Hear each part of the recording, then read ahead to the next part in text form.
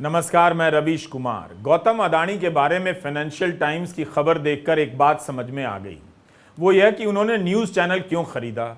इसलिए कि जब वे अपना न्यूज़ चैनल देख रहे होंगे तो इसकी पूरी गारंटी होगी कि उस पर ऐसी खबरें नहीं चलेंगी जैसी फाइनेंशियल टाइम्स ने कर दी हैं। यह वही अखबार है जिसके बारे में गौतम अडानी ने कहा था कि वे फाइनेंशियल टाइम्स जैसा संस्थान बनाना चाहेंगे। बनाने की ज़रूरत नहीं, जो फाइनेंशियल टाइम्स ने खोजी रिपोर्ट की है उसे ही अपने चैनल पर चला दीजिए, आपका चैनल भी फाइनेंशियल टाइम्स बन जाएगा। बल्कि पिछले 11 महीने में अडानी समूह को लेकर इतनी खबरें आ चुकी हैं कि उनके लिए भी अलग से एक न्यूज़ चैनल बन सकता है। 11 अक्टूबर को एफटी के 4 रिपोर्टर ने मिलकर एक खबर छाप दी।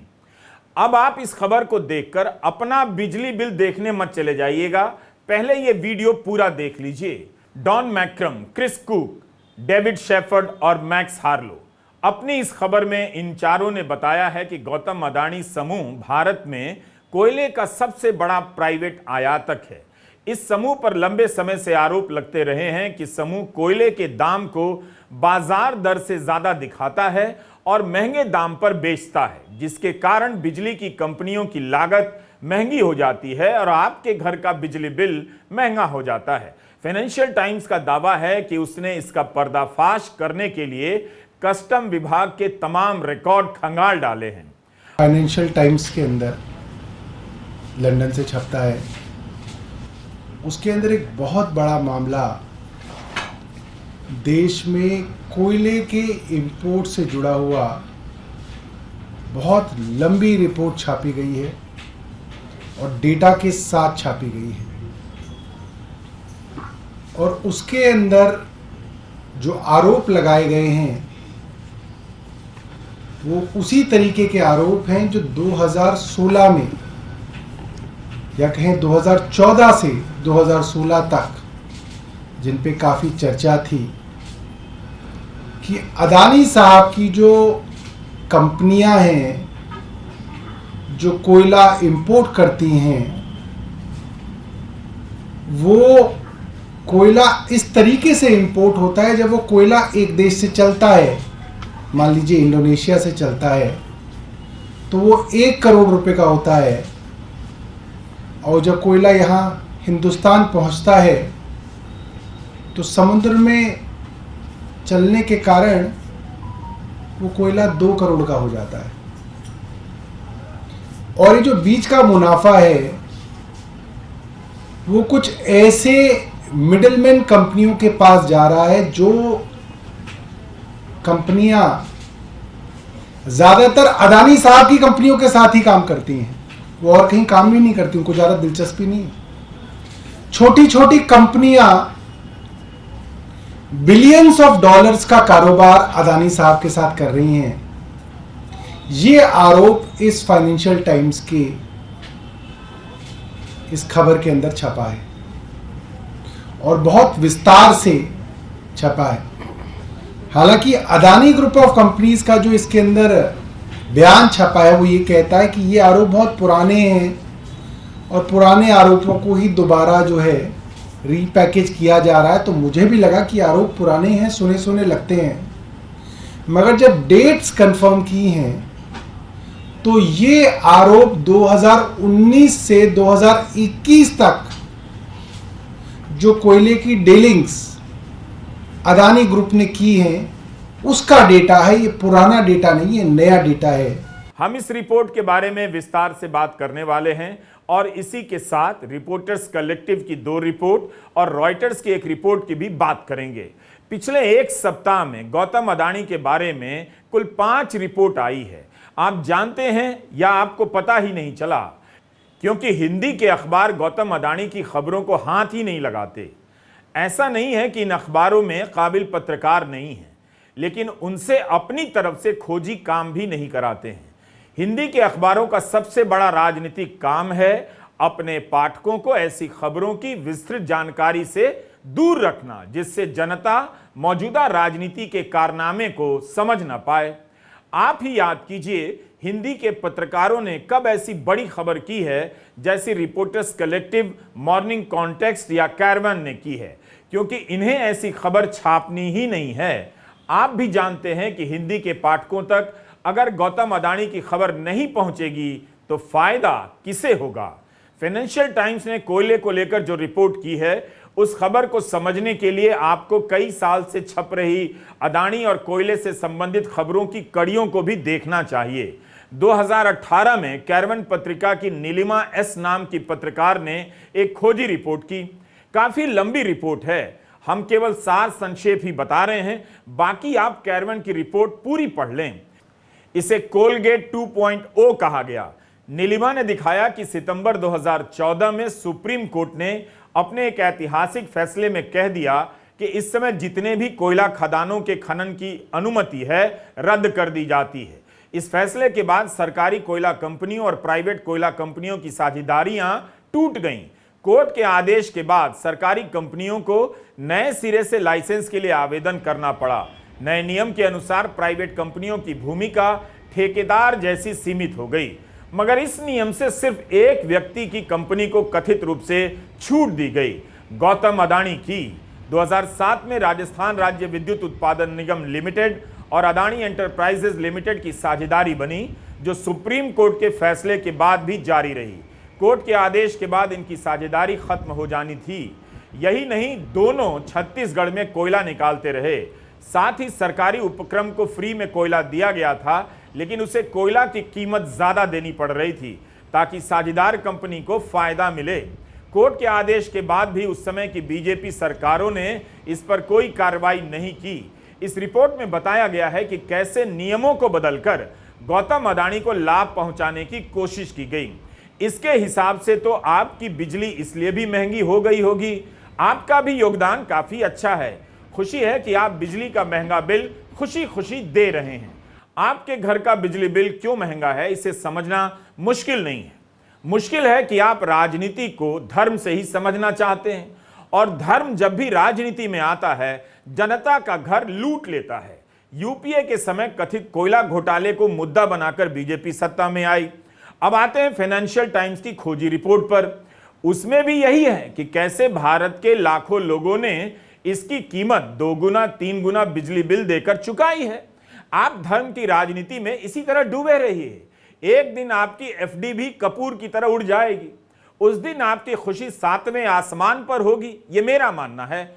मैं इसी सुख को हिंदू सुख कहता हूं। 2 साल के रिकॉर्ड खंगालने से फाइनेंशियल टाइम्स को पता चला कि अडानी समूह ने ताइवान, दुबई, सिंगापुर में कथित रूप से ऑफशोर इंटरमीडियरीज का इस्तेमाल किया, यानी एक किस्म की गुमनाम मध्यस्थ कंपनियों का इस्तेमाल हुआ। इनके जरिए $5 अरब के कोयले का आयात किया गया। अगर मुझसे गलती नहीं हुई है तो यह राशि भारतीय रुपए में करीब 40,000 करोड़ से ज्यादा हो सकती है। उस समय बाजार में जो दाम था उससे डबल से भी ज्यादा दाम पर कोयले का आयात किया गया। आप बताइए, अमेरिका में सेब 1 रुपए का मिल रहा है तो आप 2 रुपए में क्यों आयात करेंगे? 1 ही रुपए में करेंगे ना। तो यही बात है। अब जिस मध्यस्थ कंपनी के जरिए यह कारनामा किया गया, यह वही कंपनी बताई जा रही है जो ताइवान से चलती है और जिसका जिक्र फाइनेंशियल टाइम्स ने अपनी एक अलग रिपोर्ट में पहले किया है कि इसका मालिक अडानी समूह की कंपनियों का बड़ा पार्टनर हो सकता है, शेयर होल्डर है। कोयला लाया गया इंडोनेशिया से। 2019 से 2021 के बीच 32 महीनों में 30 बड़े जहाज से कोयला लाया गया, जिसे शिपमेंट बोलते हैं। सभी में इंडोनेशिया से निर्यात के समय जो कीमत चुकाई गई वो भारत आते आते काफी ज्यादा हो गई। रास्ते में दाम कैसे बढ़ गए, यही तो फाइनेंशियल टाइम्स की रिपोर्ट है। काश ये अखबार यूपी में दैनिक जागरण के नाम से छप रहा होता तो आज हिंदी प्रदेश के करोड़ों पाठकों को सब पता चल जाता। तो यह दाम डबल कैसे हो गया?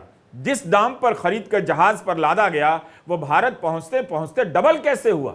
देखिए, बिजली महंगी होती है तो और भी चीजों के दाम महंगे होते हैं। तभी तो रिपोर्ट आई है कि 50 साल में घरेलू बचत न्यूनतम स्तर पर है। तो सोचिए कि आपकी जेब का पैसा कहां कहां से निकला। लेकिन इतना दिमाग लगाने से अच्छा है कि आप धर्म की राजनीति के बारे में दिमाग लगाएं। एक नया खर्च नहीं होगा, सारा का सारा दिमाग बच जाएगा, केवल पैसा खर्च होगा। इस वीडियो का फाइनेंशियल टाइम्स की रिपोर्ट से कोई संबंध नहीं है। हम अपनी कहानी को आगे बढ़ाने के लिए कोयले के खदान के पुराने वीडियो का इस्तेमाल कर रहे हैं। अखबार ने लिखा है कि यह बात किसी से छिपी नहीं है। 2016 में directorate of revenue intelligence DRI ने अदानी समूह की 5 कंपनियों को नोटिस भेजा कि इंडोनेशिया से जो कोयला आ रहा है उसका दाम बनावटी तरीके से बढ़ाया गया और वो पैसा बाहर खपा दिया गया। महंगा कोयला बेचकर जनता को महंगी बिजली दी गई। इस नोटिस में लिखा है कि जब आयात और निर्यात के रिकॉर्ड की तुलना की गई तो कई बार 50% और कई बार 100% दाम बढ़ गए। DRI ने अपने नोटिस में बताया था कि कोयला चला तो था इंडोनेशिया से भारत के लिए, मगर एक तीसरे देश में मौजूद एक से अधिक कंपनियों के बिल का सहारा लेकर इसका दाम बीच रास्ते में डबल हो गया और पैसा बाहर रह गया। जितना मैंने समझा यही है। आपसे गुजारिश है कि आप भी फाइनेंशियल टाइम्स की खबर को पढ़ें, अपना दिमाग भी लगाएं और समझें। द वायर ने भी इसे छापा है और आज के टेलीग्राफ ने भी छापा है। 24 जनवरी को हिंडनबर्ग की रिपोर्ट आई। उसमें यही तो आरोप था कि गौतम अडानी ने कथित रूप से ऑफशोर शेल कंपनियों का सहारा लिया, शेयर की कीमतों को कृत्रिम रूप से बढ़ाया और मुनाफा कमा लिया। इन सभी के बारे में जांच की मांग हुई संयुक्त संसदीय समिति से, मगर उसका क्या हुआ आप जानते हैं। बल्कि आम आदमी पार्टी के नेता संजय सिंह यही आरोप लगाते रहे कि अडानी मामले में बोलने के कारण उन्हें जेल में डाल दिया गया। राहुल गांधी तो हर सभा में यही बात कहते रहे। अगर आप संजय सिंह और राहुल गांधी की बात पर यकीन ना करते हो तो कोई बात नहीं, आप हिंदी अखबारों में पलट कर देख लीजिए, फिर समझ में आ जाएगा कि क्यों इन अखबारों में अडानी को लेकर विस्तार से खबरें नहीं छपती हैं। कई बार तो होती भी नहीं है, मगर बिजली बिल महंगा हो चुका है, लोग बिल नहीं चुका पा रहे हैं, ये सब जरूर छपता है, मगर ये नहीं छपता कि क्यों नहीं चुका पा रहे हैं। कुछ दिन पहले मैंने पार्लियामेंट में अडानी जी वाला भाषण दे दिया। देखा होगा आपने, पार्लियामेंट में देखा। अब इनकी नई आदत है, वो टीवी ऑफ कर देते हैं। पहले माइक ऑफ करते थे, अब टीवी ऑफ कर देते हैं। तो पता नहीं आप में से सबने देखा या नहीं देखा, मगर बीजेपी वालों ने जरूर देखा। और उसके बाद मेरी जो लोकसभा की सदस्यता है उसे रद्द कर दिया। जैसे गाड़ी में एक्सेलरेटर दबाते हैं, वैसे ही मेरे केस का एक्सेलरेटर दबा दिया और 2 दिन में मतलब निर्णय ले दिया। पहली बार हिंदुस्तान में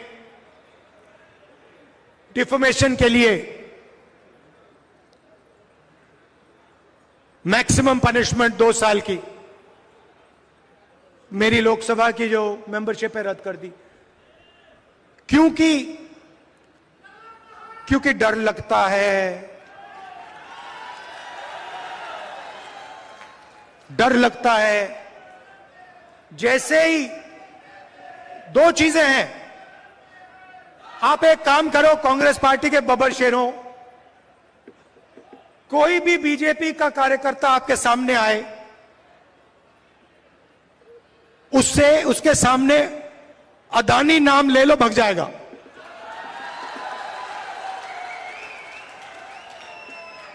एक से उसको सामने खड़ा होगा, आएगा, वो कुछ भी कहे, आप उससे कहो भैया एक बात बताओ, ये आपके जो प्रधानमंत्री है इनके बीच में और अडानी जी के बीच में क्या रिश्ता है, बीजेपी वाला भग जाएगा। तो पैनिक होता है, डर लगता है।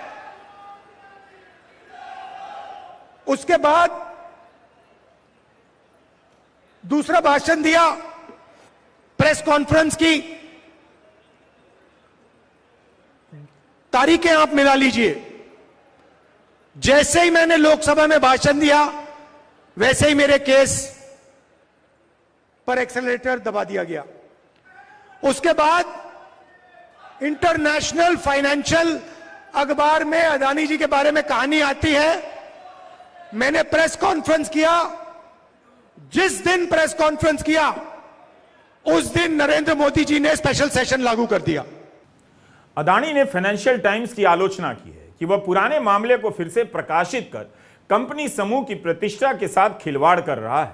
हम कानून का पालन करने वाली कंपनी हैं। फाइनेंशियल टाइम्स की इस रिपोर्ट के बाद क्या होगा यह पता नहीं, लेकिन अगर कोयला 100 का मिल रहा है और उसे 500 का दिखाकर बिजली कंपनी को बेचा जा रहा है, तो आपसे बिजली बिल के नाम पर कुछ ज्यादा ले लिया गया तो देश का ही तो भला हुआ। अगर यह सही हुआ तो आप सभी का योगदान देश भले याद ना रखे, अदानी जी को याद रखना चाहिए, मगर उन्होंने भी इस खबर का खंडन कर दिया है। इस खबर को पढ़कर यही लगा कि इतनी बड़ी आबादी को वाकई झांसा दिया जा सकता है, बस उसे राष्ट्रवाद और धर्म का खुराक नियमित रूप से देते रहना होगा, और वो मिल भी रहा है। अब हम रिपोर्टर्स कलेक्टिव की 2 रिपोर्ट का जिक्र करना चाहते हैं। यह पत्रकारों की संस्था है जो जनता की आर्थिक मदद से, आपकी सहायता से इस तरह की मुश्किल रिपोर्टिंग करती है। तभी कहता हूं कि आपके घर में जो अखबार या चैनल आ रहा है उसे तुरंत बंद कर दीजिए और उस पैसे से ऐसी संस्थाओं और रिपोर्टरों को सपोर्ट कीजिए। अदानी का फायदा, बिजली उद्योग की पैरवी पर कोयला मंत्रालय ने दी घने जंगलों में खनन की अनुमति, यह हेडलाइन है। रिपोर्टर्स कलेक्टिव के श्री गिरीश जलीहल की इस रिपोर्ट में बताया गया है कि प्राइवेट बिजली कंपनियों के संगठन की पैरवी के बाद कोयला मंत्रालय ने पर्यावरण मंत्रालय की परवाह किए बगैर देश के सबसे घने जंगलों में खनन की अनुमति दे दी। इस रिपोर्ट में दावा किया गया है कि इस फैसले से संबंधित तमाम दस्तावेजों की जांच के बाद यह रिपोर्ट प्रकाशित की गई है।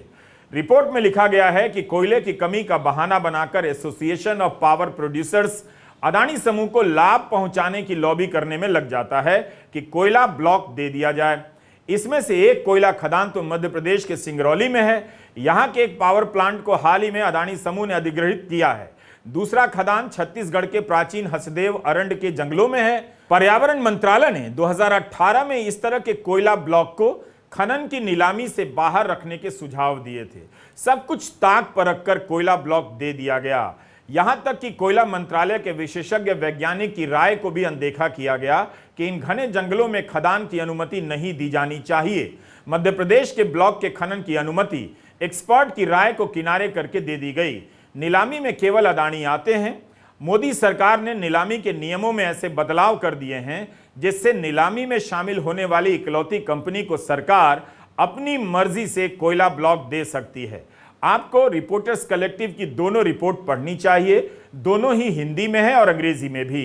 रिपोर्ट में लिखा है कि अदानी समूह के प्रवक्ता ने मेल में द कलेक्टिव को बताया, निजी क्षेत्र देश के लिए ऊर्जा सुरक्षा सुनिश्चित करने में महत्वपूर्ण भूमिका निभाता है और सरकार को महत्वपूर्ण आयात के लिए अंतर्राष्ट्रीय बाजारों पर निर्भरता कम करने में मदद करता है।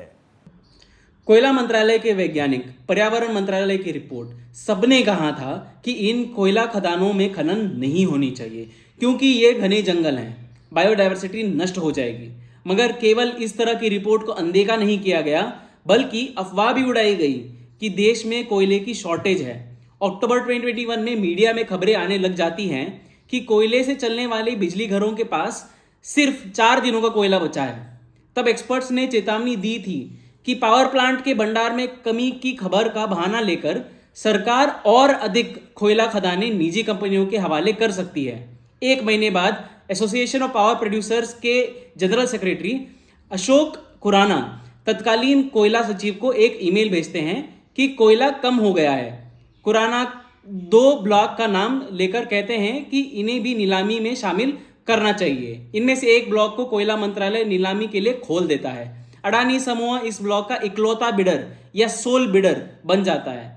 सरकार के बदले हुए नियमों के मुताबिक ऐसे इकलौते बिडर्स के केस में सरकार खुद से ब्लॉक प्राइवेट कंपनी को सौंप सकती है। रिपोर्टर्स कलेक्टिव की पहली और दूसरी रिपोर्ट में हमने यही दिखाया है कि कैसे सरकार ने अपने ही एक्सपर्ट्स को निकार दिया और फायदा अडानी का हुआ।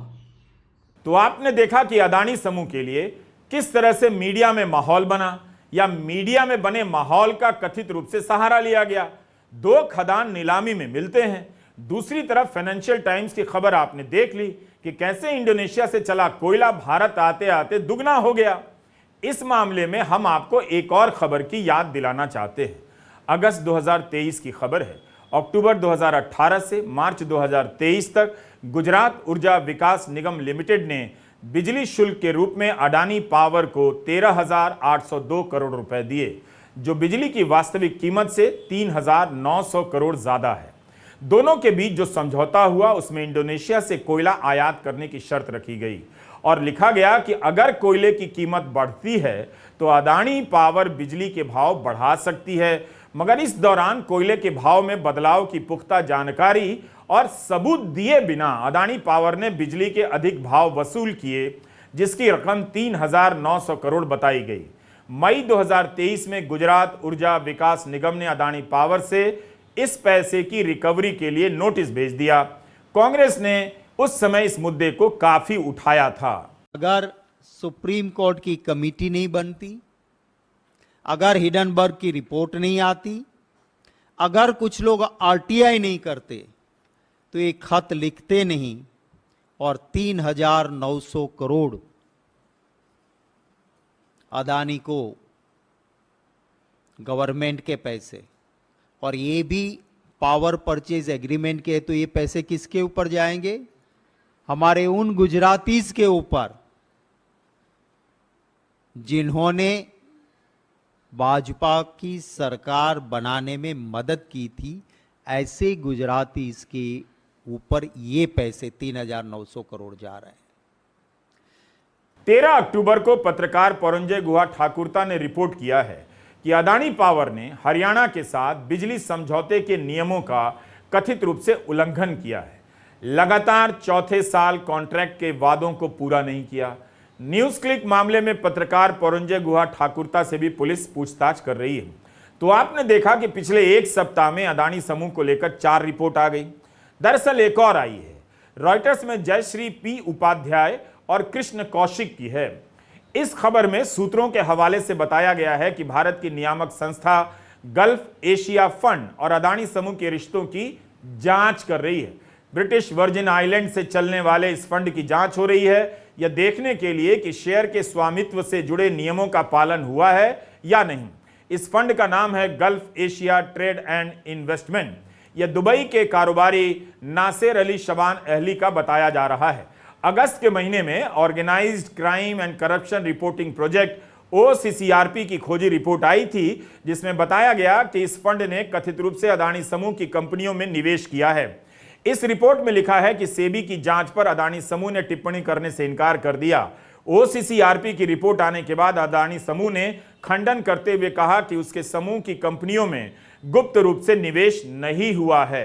जो भी निवेश हुआ है उसका ब्यौरा नियामक संस्थाओं को दिया गया है। सेबी और गल्फ एशिया ने रॉयटर्स के सवालों का जवाब नहीं दिया। 13 अक्टूबर के इंडियन एक्सप्रेस में जे मजूमदार की रिपोर्ट छपी है कि सुप्रीम कोर्ट अदानी मामले की सुनवाई अन्य मामलों के साथ जोड़कर करेगा। अदानी समूह पर कोयले का दाम बढ़ा चढ़ाकर बिजली कंपनियों को बेचने के आरोप हैं। इस मामले की सुनवाई हैदराबाद के एक जौहरी के मामले के साथ की जाएगी। इसी मामले को लेकर फाइनेंशियल टाइम्स ने खोजी रिपोर्ट कर दी। ऐसी तमाम खबरों में गौतम अदानी का या तो पक्ष नहीं होता है, वे जवाब नहीं देते हैं, या फिर जवाब देते हैं कि उनकी कंपनी को बदनाम करने के लिए गलत खबरें प्रकाशित की जा रही हैं और बात खत्म हो जाती है। और यह भी कहा जाता है कि उनकी कंपनी कानून का पालन करती है। 24 जनवरी को हिंडनबर्ग की रिपोर्ट आई। तब से लेकर आज तक अदानी समूह के कथित कारनामों को लेकर अनेक खोजी रिपोर्ट आ चुकी है। हम यहां पर सभी रिपोर्ट का पूरा ब्यौरा नहीं दे सकते हैं क्योंकि वो इतनी सारी हैं, पर कुछ मुख्य खबरों को आपके सामने पेश करना चाहते हैं। हिंडनबर्ग की रिपोर्ट आने के करीब एक हफ्ते के बाद 1 फरवरी को फोर्ब्स के पत्रकार जॉन हायट रिपोर्ट करते हैं कि इस बात के साक्ष्य हैं कि अदानी समूह ने खुद अपने $2.5 अरब के FPO में शेयर खरीदे हैं। फरवरी में ही वॉल स्ट्रीट जर्नल में विस्तार से छपता है कि मॉरिशस की कंपनी क्रेस्टा, एलारा और अल्ब्यूला का अदानी के समूह में पैसा लगा है। इसी बीच फाइनेंशियल टाइम्स, गार्डियन और वायर जैसे मीडिया संस्थान ऑस्ट्रेलिया और श्रीलंका में अदानी समूह को सरकार द्वारा दिलाई गई डीलों के बारे में लिखते हैं।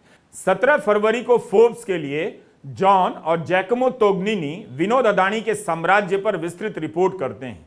वे दावा करते हैं कि विनोद अदानी शेल कंपनियों के जाल के केंद्र में हैं।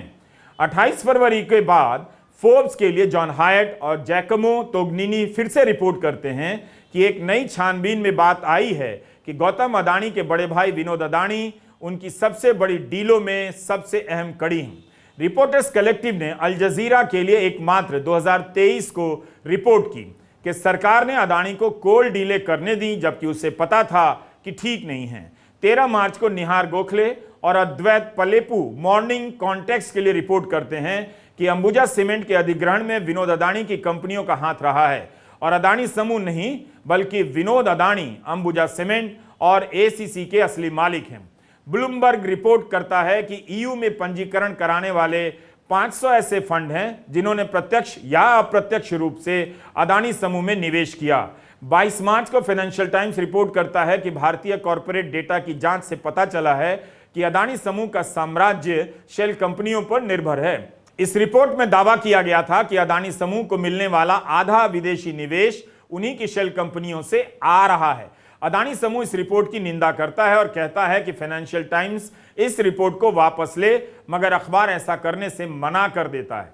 26 मार्च को विकास दूत हिंदू में रिपोर्ट करते हैं कि ईपीएफओ के सब्सक्राइबर्स का पैसा अदानी समूह में फंसा हुआ है, क्योंकि ईपीएफओ ने वो पैसा अदानी के स्टॉक में लगाया हुआ है। 16 अगस्त को रिपोर्टर्स कलेक्टिव के श्री गिरीश जलिहल रिपोर्ट करते हैं कि कैसे अदानी समूह द्वारा कृषि कानूनों के खिलाफ शिकायत करने के बाद सरकार बदलाव करके जमाखोरी के नियम में ढिलाई करती है, कृषि कानून लाती है। अगस्त में ही ओसीसीआरपी के साथ गार्डियन और फाइनेंशियल टाइम्स की रिपोर्ट आई। इस खबर में भी अदानी समूह के स्टेक होल्डर और उनके निवेश को लेकर काफी विस्तृत रिपोर्ट हुई है। इस पर आप हमारा पुराना वीडियो देख सकते हैं। 1 सितंबर 2023 के इंडियन एक्सप्रेस में लिखा है कि फाइनेंशियल टाइम्स ने अदानी समूह में निवेश करने वाली ब्रिटिश वर्जिन आइलैंड की जिन 2 ऑफशोर कंपनियों का जिक्र किया है, उन्होंने सिर्फ निवेश नहीं किया बल्कि वे अदानी समूह से जुड़ी हुई हैं। यह बात एक्सप्रेस ने पेंडोरा पेपर्स के समय corporate service provider Trident trust के दस्तावेजों से ढूंढ निकाली थी। इन सभी का अलग अलग समय पर अदानी समूह ने खंडन कर दिया है। 1 दर्जन से ज्यादा अदानी समूह की अलग अलग कंपनियों को लेकर गंभीर रिपोर्ट आ चुकी है। इन रिपोर्ट को तैयार करने में संवाददाताओं ने बहुत वक्त लगाया, काफी मेहनत की, कई सारे दस्तावेजों का अध्ययन किया और उन्होंने अपनी रिपोर्ट में दिखाया भी। इसके बाद भी कुछ नहीं हुआ। हर रिपोर्ट गेंद की तरह आती है, दीवार से टकरा कर चली जाती है। न्यूयॉर्क टाइम्स में न्यूज क्लिक पर 3 लाइन छप गई। इसके दफ्तर में और इससे जुड़े करीब 40 से अधिक पत्रकारों के यहां पुलिस पहुंच गई। छापा पड़ गया, फोन से लेकर लैपटॉप सब जब्त हो गया।